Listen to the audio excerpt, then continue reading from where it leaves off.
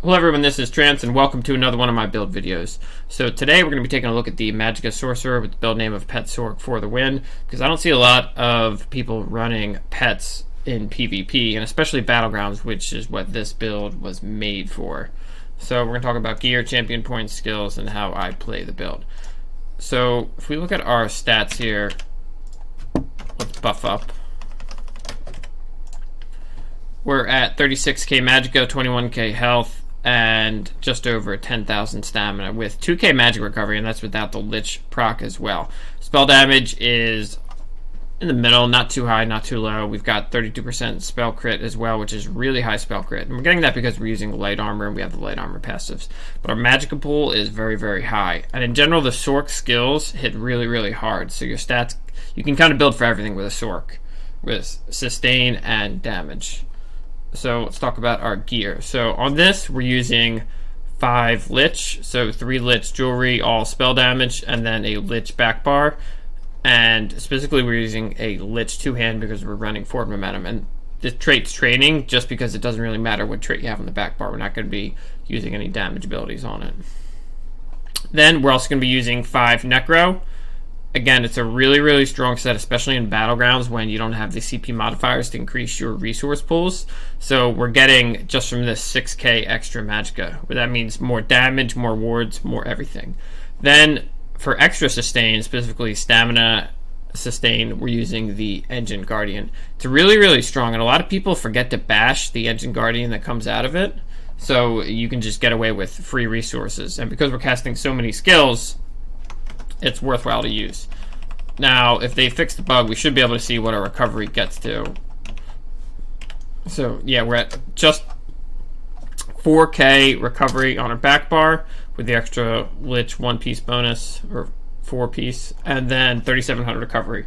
So we're going to be able to cast skills and, streak away and be very, very quick. So it's a high damage build that also has sustain. And see, there we go, we got an Engine Guardian proc of stamina, exactly what we're looking for. I use 5-1-1 on this build, 5 lane specifically for the light armor passive. In other classes, you can't really use light armor because you're not tanky enough, but with the Hardened Ward, we're able to. So we get all of our light armor passives here, specifically the Spell Pen and the Spell Crit, which are so strong in BGs. Then we're using Tri-Stat glyphs on a couple and Magicka on the others. I would prefer all Tri-Stat, but you can have a couple Magicka glyphs, and that's perfectly fine. Just because we want a little bit more stamina. Anything under 10k stamina, I would not recommend because you're going to get CC'd, and that's really how you die on a Sorcerer, is you don't have stamina and you're CC'd. Then where do you get these sets from? So Lich comes from Crypt of Heart 1s, and then you get Necro, it's an Overland set. You get from Rivenspire, and then Engine Guardian is the final boss from Darkshade Caverns 2. So I chose to use the two-hand again for forward momentum. It's a really strong skill, and especially because Sorcerers, they struggle with getting snared. And although you can streak away, you still get snared. And right now, snares, it's not in a buff category or a debuff category, so they can stack on one another. So you can have like 100% or 90% snare on you, and you just can't move. So that's why forward momentum is really strong. It could also remove snares. Then we're using a Master Lightning Staff, because our main spammable is going to be our Destructive Touch, and if you look at the tooltip of it, it increases the damage by 30%, or reduces the cost by 30%, and increases the damage it deals by 2,000. And that's very, very strong. It hits really hard with all of our gear on. You can also run a Willpower here for more Magicka. It'd probably be just as similar. I just like it specifically for this build. Then we're using poisons here, because our main spammable is going to be a weapon ability. If you read how poisons are applied, they're applied 20% of the time on light attacks, which got buffed and are really strong on a Sorcerer, or weapon abilities. Now, this one, I use the cost increase poisons and then the poison dot ones. They're very, very strong on any class or any build, pretty much, that is using a lot of weapon abilities or light or heavy attacks. Now, let's go to our skills. So on our Destro bar, we've got our Crystal Frags. Even though they nerfed the stun to it, it still does really, really good damage. And then we're using our Shock Reach and our Hardened Ward. Now the Shock Reach I use more for range because it does a lot of damage and it stuns the enemy, as you can see. You can also use a Fire Staff for the knockback, but I like the Shock Reach Then Hardened Ward, which is our bread and butter. We're not running Healing Ward or our Harness Magicka. So we're just using Hardened Ward, and it's strong enough to shield through everything because it's really high. So 8,700 may not seem like a lot, but it is, because that's the only ward we're using, and because of our heals. Then we've got our Endless Fury. It's the best to execute, especially in Battlegrounds, where you can just apply Mage's Wrath on one of the enemies that's getting killed and just steal the kill. Then this is what the build is built around. So it's a Twilight Matriarch. This heal is very, very strong, and it's underutilized, I feel, because a couple of those and you're at full health. And it also works with our Necropotence. And all of these abilities, the Twilight Heal, the Endless Fury, the Ward, and the Shock Reach, they proc the Crystal Frags cast from it. That makes it do more damage and cost less Magicka. So that's our damage abilities there. And then finally, we've got our Soul Assault. I think this is great, the Soul Assault, because if you look at it, with the Sorcerer, it only costs 85 ultimate.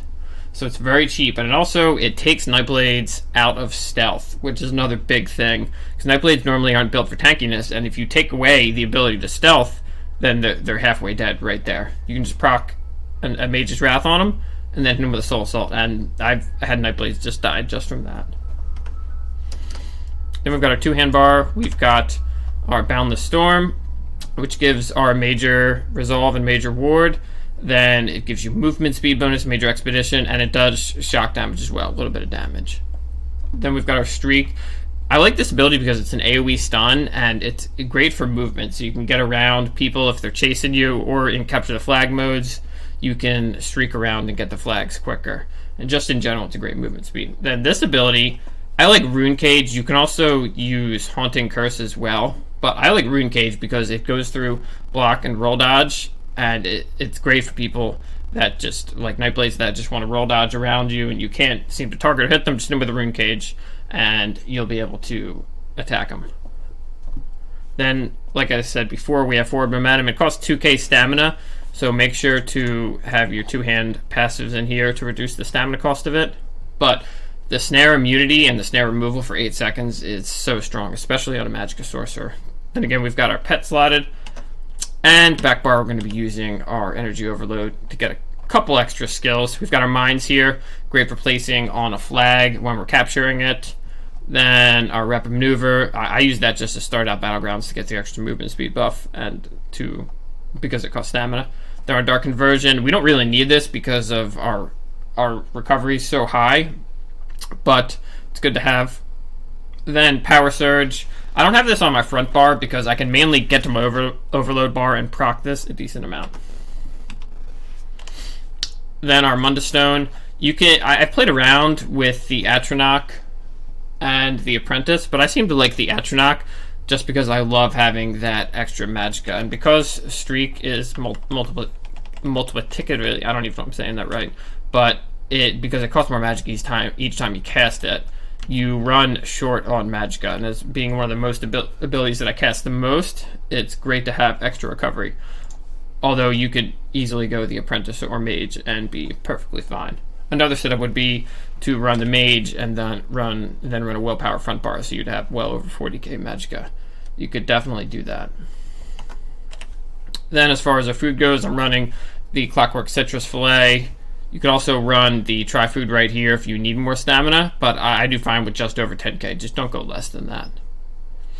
Again, we're getting a recovery, our max health, and this is one of the only builds I'm a vampire on, just because I feel like the fact that we have wards negates, and just the extra recoveries you get from vampirism negates the more damage that you take. Now, you can also use Mist. If you don't want to run a two-hander, you could use Elusive Mist. That works as well. And Bats are a good choice also, but I like my Soul Assault. As far as race goes, I would pretty much say you have to be a high elf on a Magicka Sorcerer, just because all the passives, the racial passives you get, the recovery, the max Magicka, and then the Flame Frost and shock damage that you get from them. But you could still be an Argonian or an Altmer or a Breton.